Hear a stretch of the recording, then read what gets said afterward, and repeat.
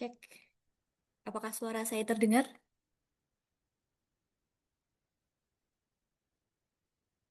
Hmm, Terdengar. Oke, baik. Terima kasih.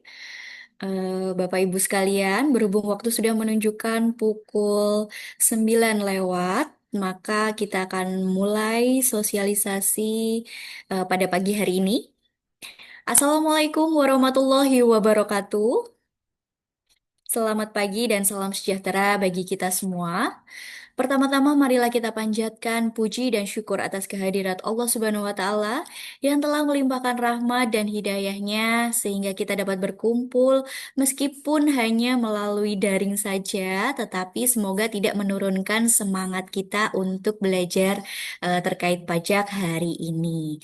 Terima kasih sebelumnya saya ucapkan kepada Bapak Ibu sekalian atas kehadiran dan kesediaan dari Bapak Ibu untuk join pada acara sosialisasi hari ini, yaitu terkait tata cara pelaporan SPT tahunan bagi wajib pajak orang pribadi melalui Cortex. Nah, kalau untuk yang wajib pajak badan bagaimana? Jangan khawatir Bapak Ibu semua, kita akan ada dua sesi di hari yang berbeda nanti, tetapi khusus untuk hari ini kita membahas tentang tata cara pelaporan untuk wajib pajak orang pribadi dulu, begitu. Langsung saja kita sudah bersama dengan narasumber pada hari ini, yaitu Mbak Andaru sebagai penyuluh KPP Pratama Semarang Tengah yang akan menjelaskan terkait tata cara pelaporan SPT tahunan bagi wajib pajak orang pribadi melalui Cortex. Langsung saja kepada Kak Andaru, dipersilahkan. Baik, terima kasih kepada Mbak Yana atas waktunya. Selamat pagi Bapak Ibu peserta sosialisasi pada pagi hari ini. Sebelumnya perkenalkan, nama saya Andaru, saya adalah penyuluh di KPP Pratama Semarang Tengah. Pada pagi hari ini saya berkesempatan untuk menjadi narasumber pada acara kelas pajak kita, tata cara pelaporan SPT tahunan PPh wajib pajak orang pribadi. Kali ini saya akan membahas mengenai orang pribadi sebagai karyawan. Baik, seperti yang kita ketahui bersama bahwa pelaporan untuk tahun depan kita semua sudah menggunakan Cortex. Nah, saya yakin Bapak Ibu di sini sudah bisa melakukan login untuk mengakses akun Cortex-nya, J, Bapak Ibu. Nah, pada kesempatan pagi hari ini ada simulasi sebagai karyawan. Nah, pada kesempatan ini kita akan praktek membuat SPT tahunan orang pribadi statusnya normal atas nama Tuan A dengan batas kondisi sesuai penjelasan bahwa Tuan A bekerja pada satu pemberi kerja sebagai pegawai tetap yang bekerja selama 1 tahun penuh dari bulan Januari sampai dengan Desember 2025 dan telah memiliki bukti potong BPA 1 dari perusahaan. Penghasilan bruto yang diterima sebesar 533.500.000 dan dipotong PPh pasal 21 sebesar 87.375.000. Kemudian kondisi ketiga yaitu memiliki status PTKP yaitu TK 0 atau tidak kawin dengan 0 tanggungan. Kemudian kondisi yang keempat yaitu memiliki harta sampai dengan akhir tahun pajak 2025 berupa kas yang disimpan di Indonesia dengan tahun perolehan 2024 sebesar 300 juta dan harta bergerak berupa mobil dengan tahun perolehan 2025 harga perolehan 200 juta. Kemudian memiliki hutang sampai dengan akhir tahun pajak 2025 berupa hutang dari pemberi pinjaman di Indonesia dengan tahun perolehan 2025 sebesar 200 juta. Kondisi selanjutnya yaitu memiliki PPh yang dipotong atau dipungut pihak lain sebesar 87.375.000. Kemudian kondisi selanjutnya yaitu tidak memiliki penghasilan lain selain dari penghasilan sehubungan dari pekerjaan seperti di atas. Kondisi selanjutnya tidak memiliki pembayaran zakat atau sumbangan wajib keagamaan yang disampaikan kepada lembaga keagamaan yang dibuat atau disahkan oleh pemerintah. Kondisi selanjutnya tidak memiliki fasilitas pajak dan kondisi terakhir tidak memiliki kredit pajak lain selain kredit pajak dari bukti potong BPA1 yang diberikan oleh perusahaan. Nah, pada kesempatan kali ini kita akan mencoba sebagai tuan A. Bagaimana langkah-langkahnya? Yang pertama, Bapak Ibu bisa login dan persiapan bukti potong. Nah, pada saat login, Bapak Ibu bisa mengakses lamannya ini, Bapak Ibu. https://cortexdjp.pajak.go.id. Nah, nanti laman depannya akan muncul seperti gambar di layar. Bapak Ibu masukkan ID pengguna yaitu NIK Bapak Ibu masing-masing. Jika WNA maka NPWP 16 digitnya. Kemudian kata sandinya Bapak Ibu silakan memasukkan password pada Cortex yang sudah dibuat sebelumnya. Ini terdiri dari huruf besar, huruf kecil, angka, dan tanda baca. Kemudian untuk pemilihan bahasanya, ini ada dua opsi dalam konteks pemilihan bahasa, ada Indonesia dan Inggris. Kita kali ini akan menggunakan untuk bahasa Indonesia. Kemudian Bapak Ibu silahkan masukkan CAPTCHA atau kode keamanan. Nah, jika gambarnya kurang jelas, Bapak Ibu bisa di-refresh CAPTCHA-nya, diklik yang tombol di seperti setengah lingkaran itu.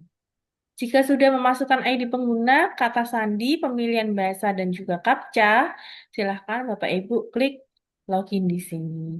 Gitu, J. Kemudian untuk setelah login, maka tampilannya akan seperti ini. Di sini kita masuk ke tahap persiapan bukti potong. Nah, Bapak Ibu eh, dapat secara mandiri mengunduh dokumen bukti potong yang sudah diterbitkan oleh pemotong pajak penghasilan pada portal wajib pajak. Nah, ini Bapak Ibu pilih portal saya, kemudian Bapak Ibu pilih dokumen saya. Nah, ketika Bapak Ibu sudah dipotong oleh pemberi kerja dan sudah dilaporkan dan dibuatkan BPA1, berarti Bapak Ibu sudah dapat mengunduh sendiri BPA1-nya itu atau BPA2 untuk PNS. Nah, tampilannya akan seperti ini untuk tampilan dokumen. Ini Bapak Ibu silahkan klik lambang yang refresh ini agar muncul file dokumen-dokumennya.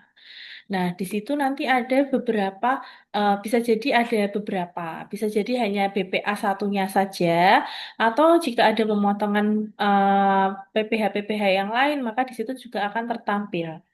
Nah, Bapak Ibu bisa gulir ke kanan untuk mengunduh bukti potongnya. Nah, kita cari yang BPA1 jadi Bapak Ibu. Di sini kita cari yang BPA1, ini bukti potong tahunannya. Bapak Ibu bisa klik unduh, Bapak Ibu gulir ke kanan seperti ini. Nah, ini merupakan contoh tampilan dari bukti potong A1. Bapak Ibu sekalian nanti mengunduh sendiri juga akan seperti ini. Jika diberikan oleh pemberi kerja juga akan seperti ini. Nilai yang tertera pada bukti potong ini hanyalah ilustrasi ya Bapak Ibu. Kemudian kita masuk ke tahap selanjutnya yaitu pembuatan konsep SPT.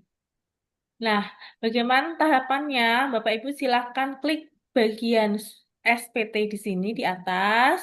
Kemudian Bapak Ibu bisa klik yang SPT atau surat pemberitahuan. Kemudian kita masuk seperti ini tampilannya. Di sini ada beberapa menu, ada konsep SPT, SPT menunggu pembayaran, SPT dilaporkan, SPT ditolak, bahkan ada SPT dibatalkan. Nah, pada saat Bapak Ibu tadi mengklik SPT, maka tampilannya akan seperti ini. Kita selanjutnya yaitu buat konsep SPT. Nah, ini Bapak Ibu klik di sini untuk buat konsep SPT. Kemudian Bapak Ibu eh, tampilan selanjutnya akan seperti ini. Bapak Ibu pilih yang mana? Maka kalau kita ingin melaporkan untuk PPh orang pribadi tahunan, kita klik yang PPh orang pribadi, kemudian kita klik lanjut. Nah, Kita klik di sini yang SPT tahunan ya Bapak Ibu, SPT tahunan. Kemudian kita bisa mengklik yang Januari 2025 sampai dengan Desember 2025 karena ini merupakan SPT 1 tahun penuh. Kemudian Bapak Ibu klik lanjut. Nah, draft SPT yang telah dibuat akan muncul pada menu konsep SPT. Terdapat informasi pada kolom yang tersedia berupa jenis pajak, jenis SPT, dan masa pajak. Pastikan telah sesuai dengan karakteristik wajib pajak. Nah, tadi kan kita mau melaporkan SPT tahunan Tuan A untuk tahun pajak 2025. Maka kita harus pastikan kembali bahwa jenis pajaknya yaitu PPh orang pribadi, jenis surat pemberitahuan pajaknya yaitu SPT tahunan PPh wajib pajak orang pribadi, dan masa pajaknya yaitu Januari 2025 sampai dengan Desember 2025.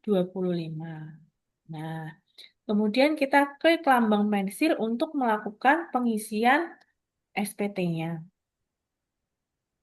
Nah, masuk ke tahap selanjutnya yaitu kita mengisi induk SPT. Nah,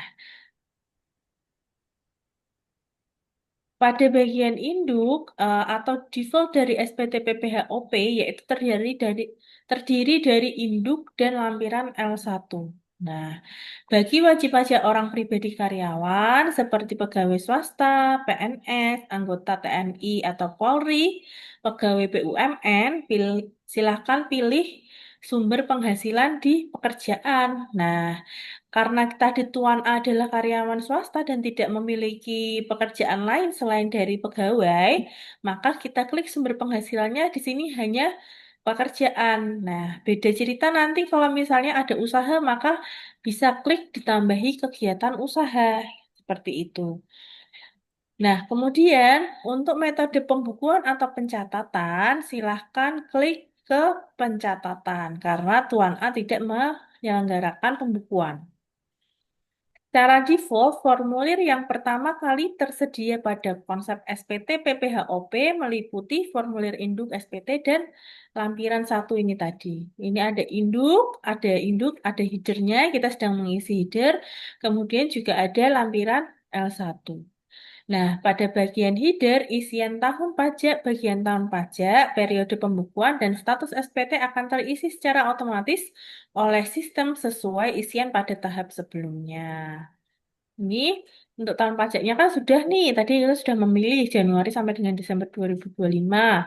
Kemudian statusnya kita juga sudah, jika belum ada pelaporan sebelumnya, maka statusnya normal. Jika sudah ada pelaporan sebelumnya, maka statusnya bisa pembetulan satu, pembetulan dua, dan seterusnya. Sumber penghasilan tadi kita sudah klik, kemudian metodenya kita juga sudah klik. Nah, kemudian kita masuk ke bagian induk bagian A, yaitu identitas wajib pajak. Identitas wajib pajak akan terisi secara otomatis oleh sistem, baik NIK atau NPWP. Kemudian nama, jenis ID, nomor telepon, dan alamat berdasarkan profil wajib pajak. Nah, ini tadi jenis ID-nya otomatis, kemudian nomor telepon dan email juga otomatis. Jika ada yang tidak sesuai, maka Bapak Ibu silahkan memperbarui di bagian profil Bapak Ibu masing-masing. Tidak dapat langsung diperbarui pada saat pengisian SPT. Kemudian, NIK atau NPWP suami atau istri akan terisi otomatis dalam hal status perpajakan suami dan istri PH, pisah harta, atau memilih terpisah.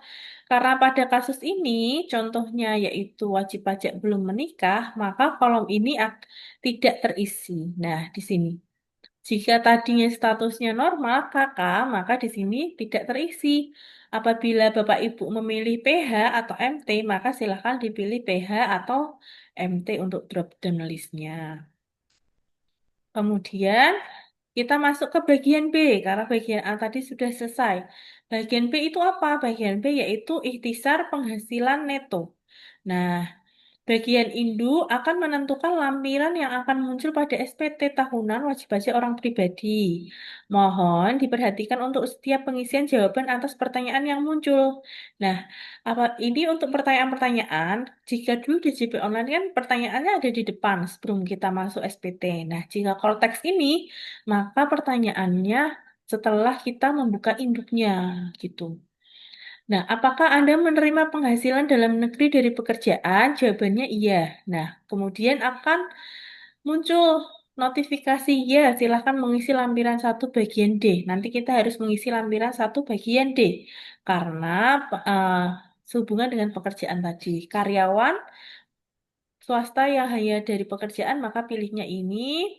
Kemudian PNS, TNI, Polri yang tidak ada usaha, berarti pilihnya nanti yang ya ini. Kemudian, untuk kondisi Tuan A, apakah Anda menerima penghasilan dalam negeri dari usaha atau pekerjaan bebas? Jawabannya tidak, karena tidak ada usaha. Kemudian kita lanjut ke pertanyaan selanjutnya. Apakah Anda menerima penghasilan dalam negeri lainnya? Jawabannya juga tidak, karena penghasilan yang diterima Tuan A hanya dari pekerjaan. Kemudian pertanyaan selanjutnya, apakah Anda menerima penghasilan luar negeri? Jawabannya juga tidak, karena tidak ada penghasilan luar negeri yang diterima oleh Tuan A. Kemudian untuk selanjutnya yaitu penghasilan neto setahun akan terisi otomatis oleh sistem. Kemudian nomor 18, untuk yang nomor 3, apakah terdapat pengurang penghasilan neto seperti kompensasi kerugian atau zakat? Tadi di pernyataan dari depan itu tidak ada zakat yang dilaporkan, maka kita pilih tidak. Kemudian penghasilan neto setelah pengurang penghasilan itu akan terisi otomatis juga. Kemudian kita pilih PTKP-nya. PTKP di sini kita drop down list pilihannya. Apabila tadi kondisi Tuan A tidak ada tanggungan, berarti TK 0, tidak kawin dan tidak ada tanggungan, berarti kita pilihnya yang TK 0. Nanti untuk Bapak Ibu ketika memilih PTKP silahkan disesuaikan dengan BPA 1 atau A2 yang sudah Bapak Ibu dapatkan dari pemberi kerja. Begitu. Kemudian untuk yang nomor 6 atau poin 21, penghasilan kena pajaknya itu terisi secara otomatis oleh sistem dari hasil pengurangan nomor 4 dan nomor 5. Kemudian untuk PPh terutangnya juga akan otomatis terisi dari sistem dan dihitungkan oleh sistem. Kemudian apakah terdapat pengurang PPh terutang? Jawabannya tidak, karena tidak ada pengurang lainnya. Kemudian poin yang nomor 9, PPh terutang setelah pengurang PPh. Itu berapa? Kalau tidak ada berarti sama dengan nilai PPh terutang. Dan ini juga terisi oleh sistem. Nah, selanjutnya kita masuk ke bagian D, kredit pajak. Apakah terdapat PPh yang telah dipotong atau dipungut oleh pihak lain? Kita jawab iya. Nah, ini harus hati-hati dijawab iya. Karena terdapat BPA 1 dari pemberi kerja. Kemudian ada notifikasi ya, silahkan mengisi lampiran satu bagian E. Jadi nilainya yang ini terisi otomatis dari sistem dan ini mengisinya nanti di lampiran satu bagian E. Kemudian apabila ada STP, PPh 25 maka bisa dimasukkan di sini. Tadi kondisinya Tuan A tidak ada STP. Kemudian pertanyaan 10D, apakah Anda menerima pengembalian atau pengurangan kredit PPh dari luar negeri? Jawabannya tidak. Nah, kemudian kan menghitung sistem ke PPh kurang atau lebih bayarnya. Nah, PPh kurang atau lebih bayarnya itu akan terisi secara otomatis dari hasil nomor 9 dikurangi 10A dikurangi 10B dikurangi 10C dan ditambah 10D. Kemudian, apakah terdapat surat keputusan persetujuan pengangsuran atau penundaan pembayaran pajak? Tadi statusnya Tuan A tidak. Nah, maka silakan pilih tidak. Kemudian poin selanjutnya yaitu PPh yang masih harus dibayar itu terisi otomatis berasal dari poin 11A dikurangi poin 11B. Sampai sini saya rasa dapat diikuti, J. Apabila nanti ada pertanyaan, silahkan nanti diajukan di kolom chat dulu, atau nanti di akhir sesi juga kita buka sesi pertanyaan. Baik, saya lanjut ke bagian F, yaitu pembetulan. Diisi jika status SPT adalah pembetulan. Pada saat ini kan tidak pembetulan, maka tidak usah diisi. Sesuai dengan contoh, maka bagian ini bisa dilewati. Nah, ini kan juga tidak ada lebih bayar, maka kita bisa lewati karena seperti di contoh. Jika nanti Bapak Ibu terdapat lebih bayar, maka Bapak Ibu harus memiliki rekening bank yang sudah terdaftar di Portex. Jika belum bagaimana, maka silakan lakukan perubahan data terlebih dahulu. Begitu. Kemudian bagian angsuran PPh pasal 25. Nah, apakah Anda hanya menerima penghasilan teratur dan berkewajiban membayar angsuran PPh 25? Jika karyawan maka tidak. Apakah Anda menyusun perhitungan tersendiri? Tidak juga. Apakah Anda membayar angsuran PPh 25 OPPT tahun pajak berikutnya? Kita juga pilih tidak karena kita karyawan atau kasus yang di sini Tuan A sebagai karyawan. Oke, saya lanjut. Kemudian di sini ada bagian pernyataan transaksi lainnya. Nah, harta pada akhir tahun ini nanti terisi otomatis sesuai lampiran 1 bagian A.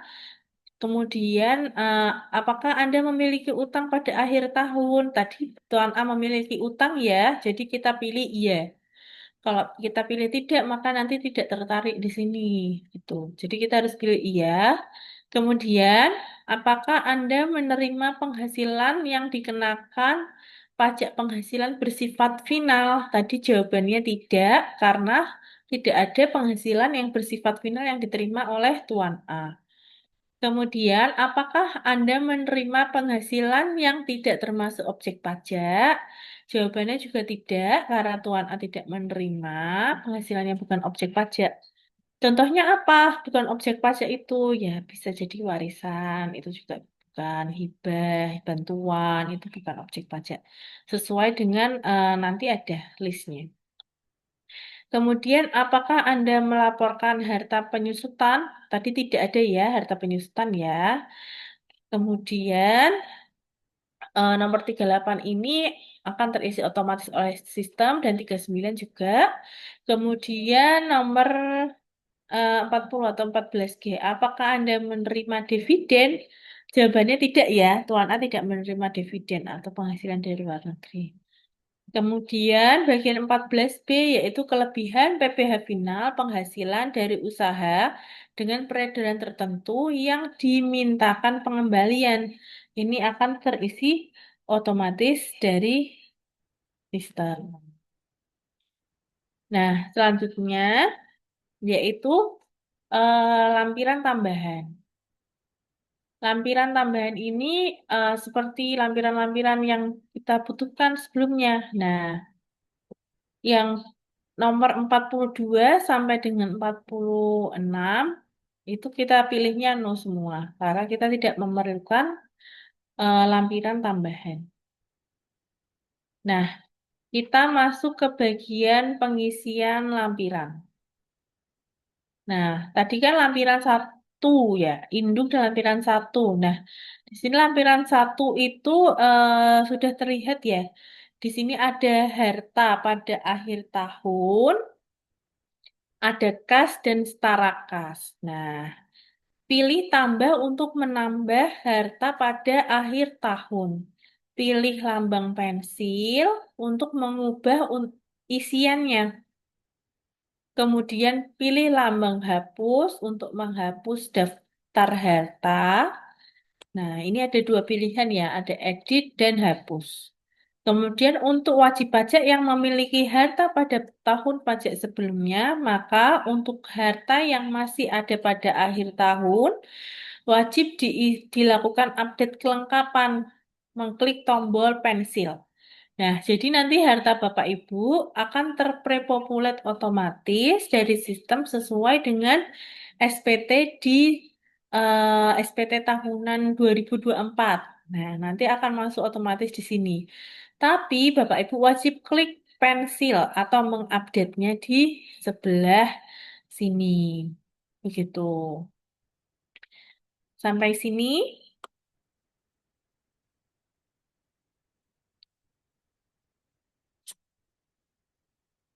sampai sini mungkin sudah jelas ya Bapak Ibu ya untuk tambah hartanya. Saya lanjut.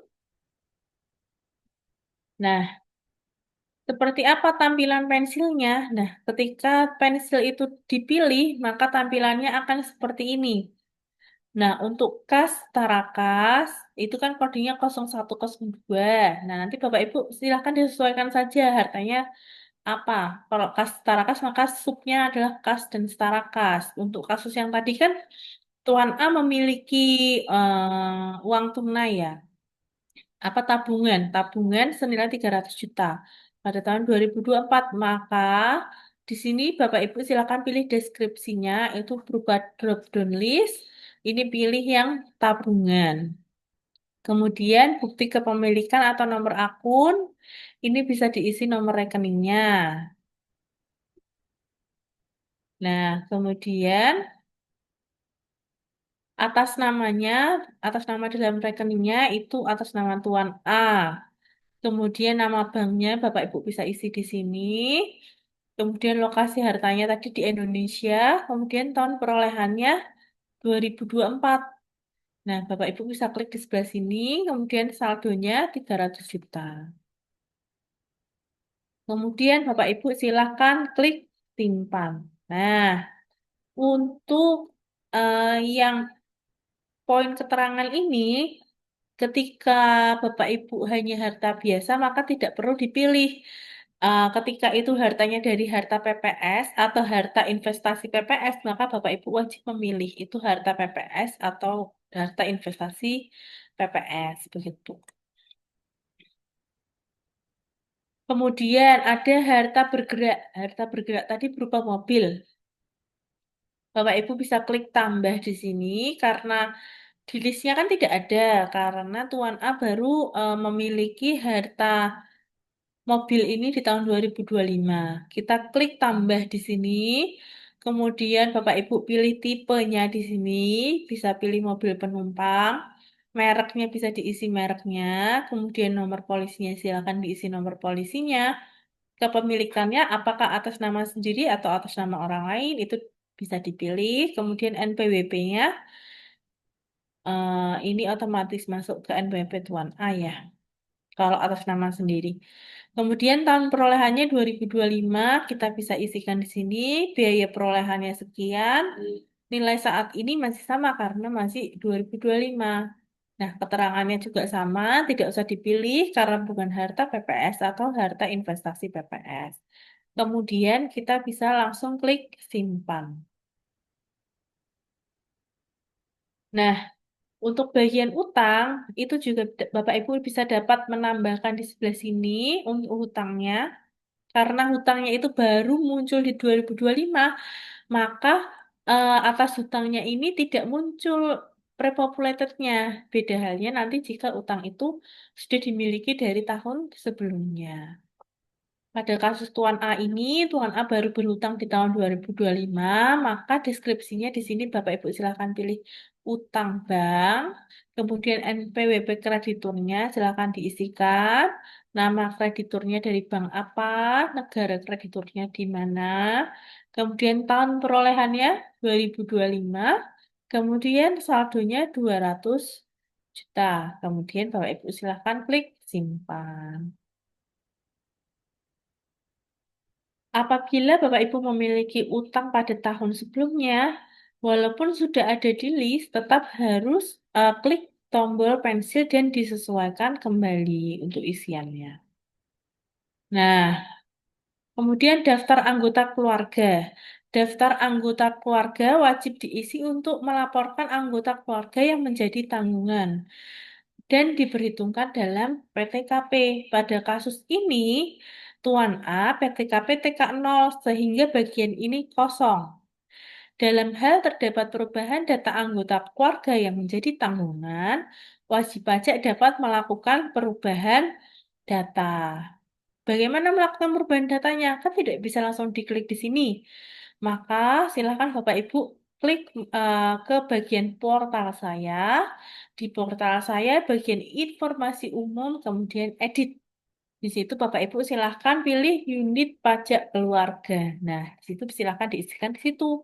Maka hasilnya akan otomatis masuk ke daftar anggota keluarga yang menjadi tanggungan. Di sini jelas?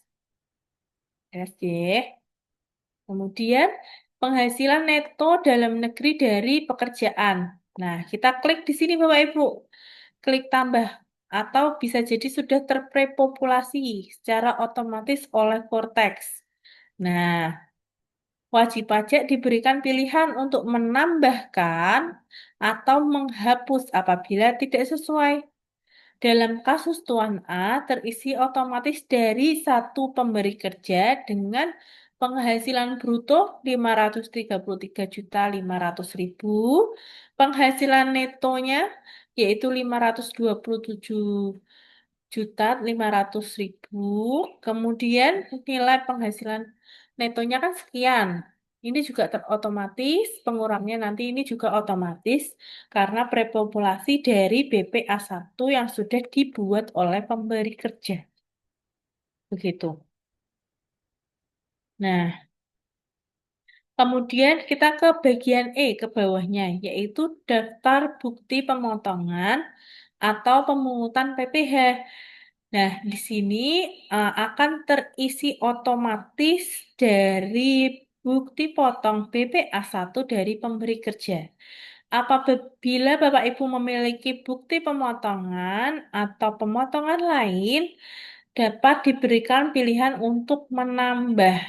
Nah, dalam kasus ini, Tuan A terisi secara otomatis dari satu pemberi kerja dengan PPh yang sudah dipotong atau dipungut sebesar 87.375.000. Nah, ini nilai ini akan masuk ke induk juga, begitu. Bagaimana jika ternyata ini salah, maka silakan diedit. Gitu, C. Nah, ini akan masuk ke induk. Pastikan nilai pada bagian C9 PPh terutang setelah pengurang PPh terutang atau sama dengan 10A, apakah terdapat PPh yang telah dipotong atau dipungut oleh pihak lain. Kemudian apabila C9 sama dengan 10A, maka nilai E1, E11A atau di sini PPh kurang atau lebih bayar akan terisi 0. Nah, dalam kasus Tuan A, C9-nya PPh terutang setelah pengurang PPh terutangnya ini sama nilainya dengan bukti potong atau bukti yang sudah dipungut. Maka PPh kurang atau lebih bayarnya Tuan A di sini nilainya 0. Nah, SPT tahunan orang pribadi Tuan A siap untuk dilakukan laporan. Kemudian masuk ke tahap selanjutnya, yaitu tahap penyampaian SPT. Nah, di sini ada pernyataan sama ya, dengan menyadari sepenuhnya akan segala akibatnya termasuk sanksi-sanksi sesuai dengan ketentuan perundang-undangan yang berlaku, saya menyatakan bahwa apa yang telah saya beritahukan di atas beserta lampirannya adalah benar, lengkap, dan jelas.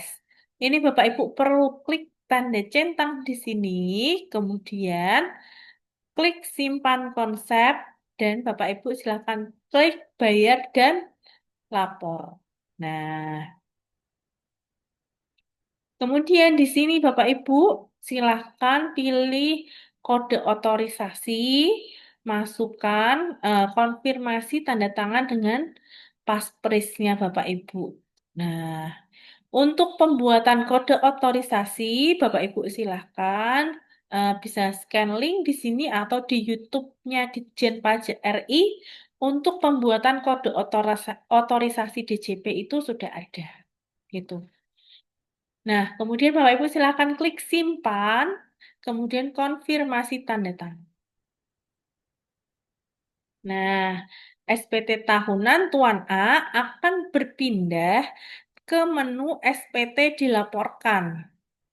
Pilih tanda mata untuk melihat kembali SPT yang telah dilaporkan, atau pilih tanda yang hijau ini untuk melakukan unduh BPE, dan bisa memilih yang merah atau yang PDF untuk mencetak induk SPT yang telah dilaporkan. Jadi setelah Bapak Ibu mengisi lalalala yang tadi panjang sekali itu, ya sebenarnya nggak panjang sih, cuma agak sedikit beda menunya saja daripada SPT yang lalu. Sudah diisi semua, sudah dipastikan benar, tidak ada lebih bayar atau kurang bayar karena posisinya itu sebagai karyawan ya. Itu Bapak Ibu sudah disubmit, terus pastikan sudah di bagian SPT dilaporkan. Jika SPT-nya masih di konsep SPT berarti belum dilaporkan ke DJP, maka ada langkah yang kurang, kemungkinan seperti itu. Jika SPT sudah dilaporkan, Bapak Ibu pastikan sudah dapat mengunduh BPE-nya. Ini sebagai bukti penerimaan elektroniknya. Nah, contohnya seperti apa? Contohnya seperti ini, Jeh. Bukti penerimaan elektronik atas NPWP apa, namanya siapa, jenis SPT-nya orang pribadi tadi, kemudian ada tanggal terima SPT, tahun pajak, masa pajak. Nah, ini adalah contoh BPE atas penyampaian SPT tahunan PPH orang pribadi.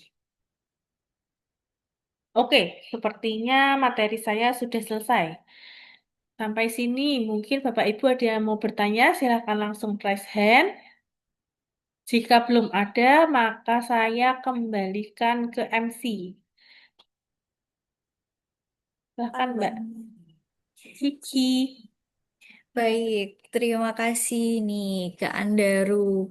Materinya yang sudah disampaikan secara komprehensif untuk wajib pajak orang pribadi sebagai karyawan begitu ya, Bapak Ibu sekalian. Nah, kalau Bapak Ibu sekalian nih misalnya apa namanya membutuhkan materi, mungkin bisa nanti kita berikan melalui kolom chat dan juga dapat juga dilihat di YouTube-nya Ditjen Pajak RI.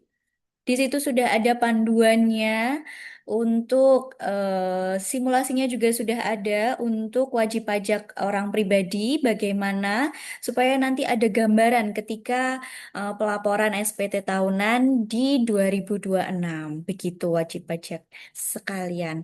Apakah ada yang bertanya? Silakan dapat dituliskan di kolom komentar. Atau mungkin ada beberapa pertanyaan nih Mbak Kak Andarudin yang biasanya ditanyakan oleh wajib pajak pada umumnya begitu ya. Nah, salah satu contohnya nih, bagaimana ketentuan PTKP nih Kak Andaru ketika misalnya ada yang baru lahir anaknya atau misalnya baru menikah di tahun 2025. Kemudian kan sudah dimasukkan dalam FTU atau DKU, data unit DUK, maaf, data unit keluarga di 2025 sudah ditambahkan. Kemudian untuk PTKP-nya bagaimana? Mungkin bisa sedikit dijelaskan? Ya, baik. Jadi untuk PTKP sendiri kita melihat dari kondisi awal tahun atau per Januari 1 Januari 2025. Itu kondisinya seperti apa?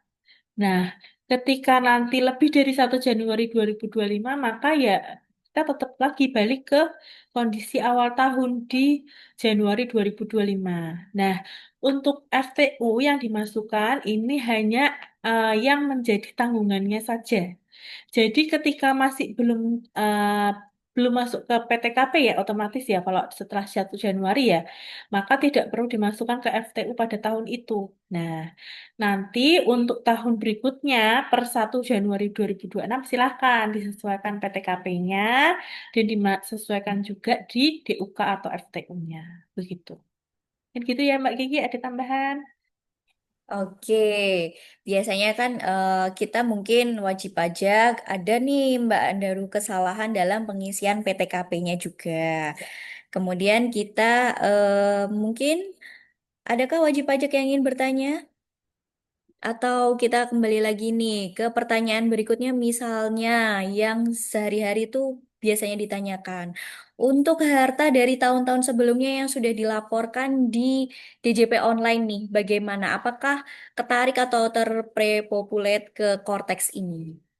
Nah, baik, seperti yang sudah dijelaskan tadi di depan, untuk daftar harta yang sudah dilaporkan di tahun-tahun sebelumnya, khususnya di tahun pajak 2024, akan secara otomatis terprepopulate ke daftar harta wajib pajak. Nah, namun ada catatannya nih, walaupun sudah terprepopulate, Bapak Ibu tetap harus klik tombol pensil untuk mengedit atau menyesuaikan isiannya. Karena isian yang dulu dengan yang sekarang ada sedikit perbedaan.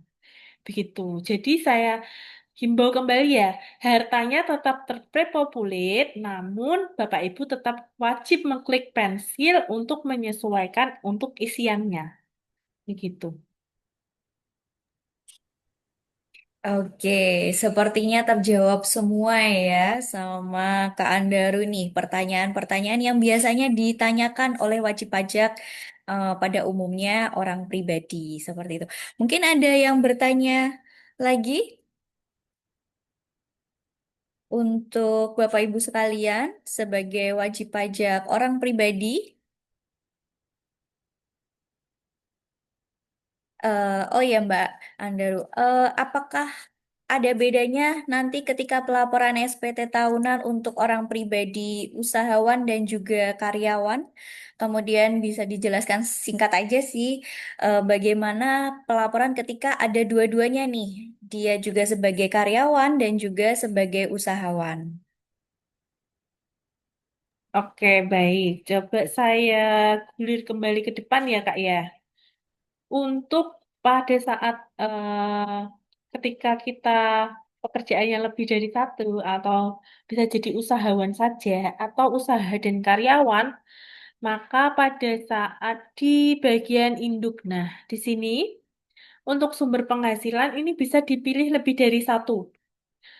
Bisa karena tadi contohnya adalah cuma bekerja dari satu pemberi kerja, maka kita pilihnya yang pekerjaan saja. Nanti untuk apabila ada kegiatan usaha, maka di sini sumber penghasilannya juga silakan dicentang yang kegiatan usaha. Kemudian nanti untuk lampirannya di sini kan hanya ada lampiran L1. Nah, ketika ada usaha maka ada lampiran lainnya yang bisa diisi. Nah, pada saat mengisi eh, ini ya ikhtisar penghasilan, di sini Bapak Ibu bisa klik juga nih ketika menerima penghasilan lain atau ada usaha atau pekerjaan bebas, maka yang poin 14 ini Bapak Ibu bisa klik ya. Nanti otomatis Bapak Ibu akan diarahkan nih keterangan di sini untuk mengisi lampiran yang mana bagian mana. Gitu. Saya rasa begitu Mbak Kiki. Oke, ya jadi memang Cortex ini mencakup ya sudah mengakomodir dari yang sebelumnya itu pelaporannya kan kita ada 1770 untuk usahawan, kemudian 1770 untuk karyawan S, kemudian 1770 SS. Nah, sekarang sudah dijadikan satu nih di aplikasi Cortex ini menjadi satu pelaporan, tinggal nanti kita pilihnya apa begitu ya, disesuaikan dengan penghasilan kita kemudian disesuaikan dengan yang terjadi di lapangan seperti itu ya. Ya. Baik, ini sepertinya ada yang bertanya lagi nih, Mbak Daru di kolom chat. Saya bacakan dari Kak Zulfa Zakia. Kalau istri NPWP-nya gabung suami, apakah data bukti potongnya akan masuk ke korteks suami, Mbak?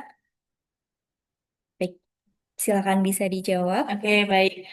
Ini Mbak Zulfa, apabila istri gabung dengan suami ya, kondisinya sudah masuk ke daftar anggota keluarga. Nah, nanti bisa terisi tuh penghasilan istrinya juga eh,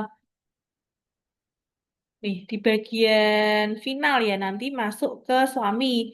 Kemudian bukti potongnya kan karena istri dari satu pemberi kerja, maka bukti potongnya tetap dari suami aja ya. Hanya masuk ke dokumennya suami itu bisa. Gitu. Atau tidak dari satu pemberi kerja berarti daftar bukti potongnya nanti di daftar bukti potong. Coba tadi masuk. Nah, ini ketika sudah ada istrinya, maka dokumen bukti potongnya bisa diunduh di tempatnya suami. Kemudian untuk penghasilan, nah ini nanti bisa jadi muncul di sini. Tapi kalau misalnya muncul pun kan itu harusnya dihapus karena satu memberi kerja. Nanti silakan dihapus saja yang di sini. Gitu. Kemudian daftar bukti pemotongannya harusnya tidak masuk ke sini juga sih. Tapi jika otomatis masuk ke sini karena sudah masuk satu kesatuan family, maka silakan dihapus aja. Karena nanti istri yang dari satu pemberi kerja masuknya ke bagian final. Gitu. Kayak yang di, nah, pertanyaan yang apakah Anda memiliki penghasilan final tadi kan di depan ada ya. Atau yang itu silakan dipilih iya. Tuh. Ini di sini nggak kelihatan karena contohnya nggak ada. Nanti ada. Kalau ada penghasilan final maka nanti silahkan dipilih iya dan istrinya dimasukkan ke situ. Kalau istrinya satu pemberi kerja. Tuh. Itu Mbak Kiki. Itu Mbak Zulfa. Mungkin ada tambah dari Mbak Zulfa atau pertanyaan lanjutan. Ya, Sudah seperti jelas ya. ya, sepertinya sudah menjawab untuk pertanyaan tadi. Ketika Kak Zulfa ada pertanyaan lagi bisa dituliskan kembali di kolom komentar, kolom chat. Ini ada lagi nih, Kak Daru dari Andri Bayu. Istri saya punya NPWP sendiri, Kak. Apakah harus digabung NPWP-nya? Nah, jika istri punya NPWP sendiri, eh, apabila memang PH atau MT, silahkan PH atau MT. Tapi apabila memang seharusnya tidak PHMT, maka silakan untuk istrinya bisa ikut suami saja NPWP-nya atau digabung dengan suami.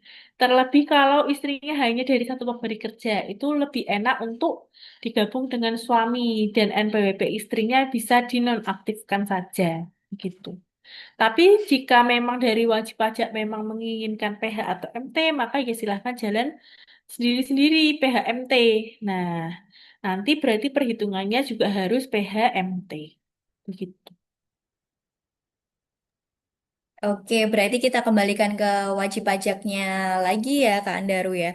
Mau memang menjalankan kewajiban perpajakannya PHMT atau digabung saja. Terlebih lagi kalau memang si istri ini dari satu pemberi kerja aja kayaknya lebih pelaporannya lebih simpel atau lebih mudah digabung saja dengan suami begitu ya. Karena merupakan satu kesatuan ekonomis nih bagi wajib pajak sekalian. Jadi yang lapor nanti hanya pihak suami saja. Begitu. Kemudian untuk penggabungannya, tata caranya seperti apa ya Kak Andaru ya?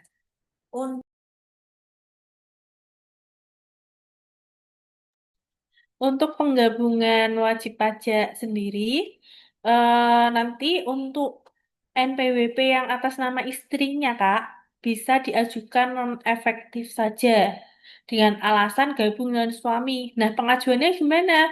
Pengajuannya silahkan ke KPP terdaftar atau KPP terdekat juga sudah bisa, atau melalui pos. Jadi nanti formulirnya bisa di pos ke KPP terdaftar ya kalau diposkan gitu. Kemudian nanti dari istri nanti menerima surat penetapan non-efektif, maka NPWP-nya sudah otomatis gabung dengan suami. Oh ya, satu lagi, jangan lupa dimasukkan dulu di daftar anggota keluarga di tempat suaminya. Gitu.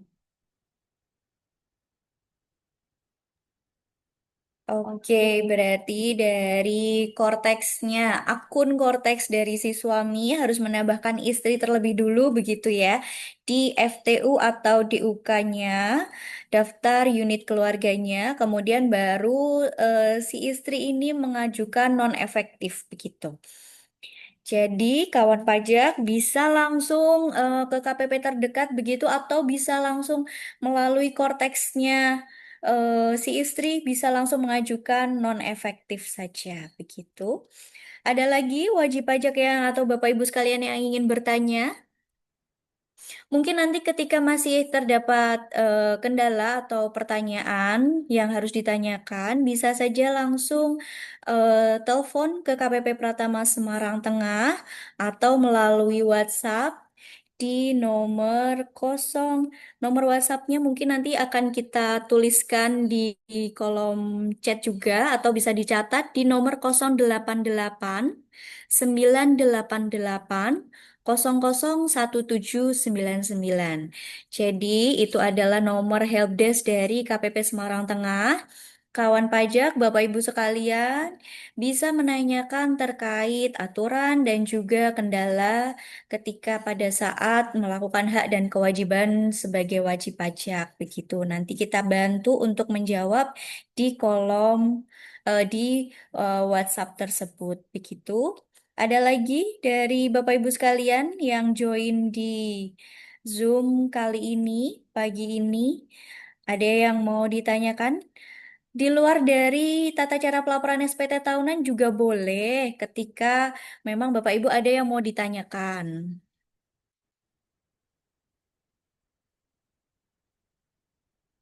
Mungkin ada tambahan lagi dari Kak Andaru terkait SPT tahunan ini untuk aktivasinya sekalian mungkin.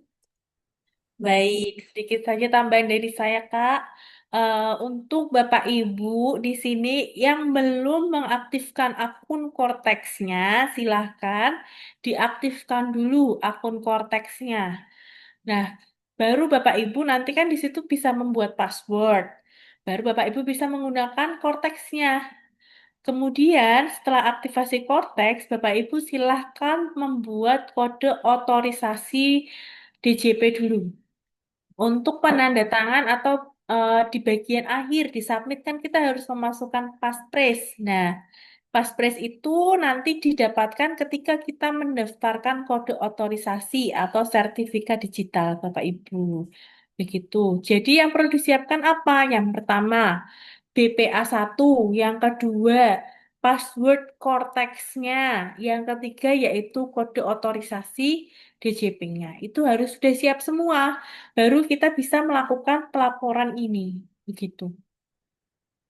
Jadi tidak kalah penting ya untuk pembuatan kode otorisasi, akun Cortex itu tidak kalah penting sepenting SPT tahunan. Karena ketika Bapak Ibu belum melakukan itu, maka Bapak Ibu tidak dapat melakukan pelaporan SPT tahunan. Nah, mumpung belum masuk di bulan-bulan hektik nih, silahkan dilakukan aktivasi akun Cortex dan pembuatan KODJP. Apabila nanti ada kendala, jika sudah dilakukan sekarang, maka kan sudah terdeteksi mulai dari sekarang. Bapak Ibu sudah bisa langsung menanyakan ke KPP, mencari solusinya, atau menanyakan melalui WhatsApp untuk mencari solusinya, silahkan.